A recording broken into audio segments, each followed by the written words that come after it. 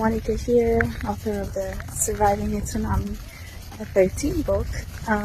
This past few days, weeks really, I've had some time to think because we've all been sick. And I realized a few things during my thoughts. I am always surprised at how deep I go into the whole spiritual side of my survival. And I'm always surprised at how deep I went and a little even sometimes scared. Like, did I go too deep? Did I scare people off? And I'm always surprised that I, in fact, did not. And people actually received and really liked that I went that deep, and even deeper than I do in the book. It got me thinking, as Christians, we're always so, well, maybe not all of us, but I'm definitely that type of Christian is afraid to go too deep, afraid to be too outspoken, afraid of being oppressed or rejected. Even with writing my book, I was so conflicted because I was afraid that I would scare people off and they would just reject the whole story at the mention of Jesus or even just God, especially Jesus. The results have actually been the opposite. There's been so much good feedback and support and encouragement and just people question me a lot about my spiritual journey. In real life, it's actually been the opposite, and all that fear and doubt, it's all just been in my mind, and it got me wondering how many of us are like that. I'm just too scared to speak the truth. But that's what people are thirsty for. They are thirsty for Christ. They want to know more. They want to hear your story. They want to know how God saved you. They want to hear from real people, real experiences. That's what they want. That's what they need. And they're really thirsty for it. Like, there's a thirst for it. And it's just becoming so clear to me that there is a thirst. Like, that's the best word I can find. It's like a thirst for it. They want it so much. And yes, there will be those who just ignore it, and that's fine. We're just looking for the ones who are thirsty and hungry, in need of your story. That's what you're called to do, right? So it's got me thinking about, like, why are we so afraid that this is the enemy talking? But when you actually go out and talk to people, the results are just so overwhelmingly positive. I'm just constantly surprised. I think it's encouraging, and I just feel like it's with most things we're just so afraid, and then when you go through it, you realize there was nothing to be afraid of. I find that inspiring, and I encourage you to share your story, to not muzzle yourself.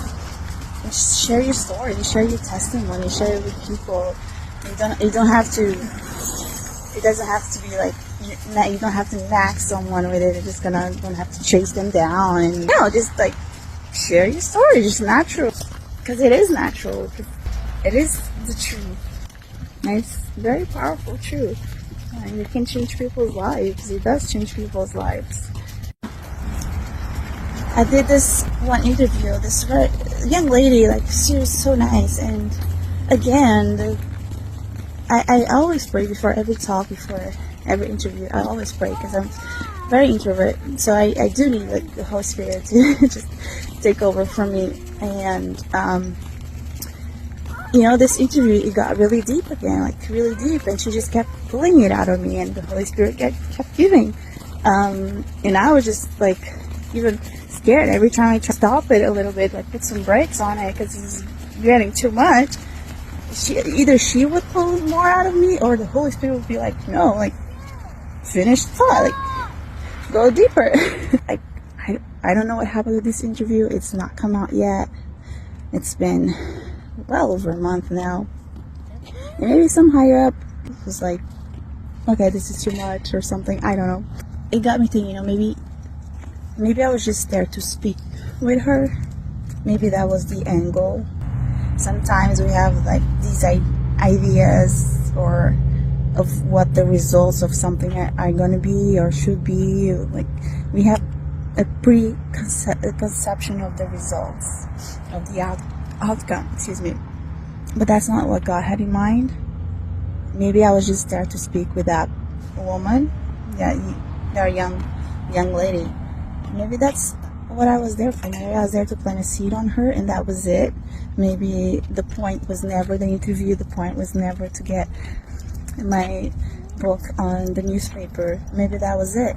And we walk around with ideas of what we think the outcome should be of something, and that wasn't God's plan all along. It wasn't His plan. He had a completely different plan. And well, this is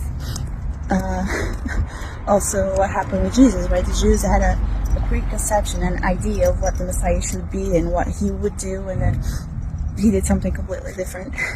We sometimes hinder ourselves with our preconceptions of what the outcome should be, because I was a little like, what happened to this interview? Why didn't it come out? Like, what happened? And then I would just every week or a couple of weeks the newspaper comes out. It's like, why isn't it here? And you just start attacking yourself, or like oppressing yourself. You just start giving way to the enemy to just put doubt in your mind, like, oh, you're not good enough, oh, you went too deep into the whole religious God thing, you shouldn't have done that, you shouldn't have said that, don't say it again, type of like thoughts that's gonna start like bombarding you, me in this case, just because we had an idea, but that was never God's plan.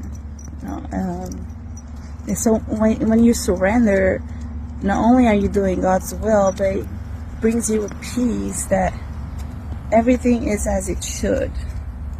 All is in His perfect plan, as long as it's like that surrendering and just believing and trusting that He's got this.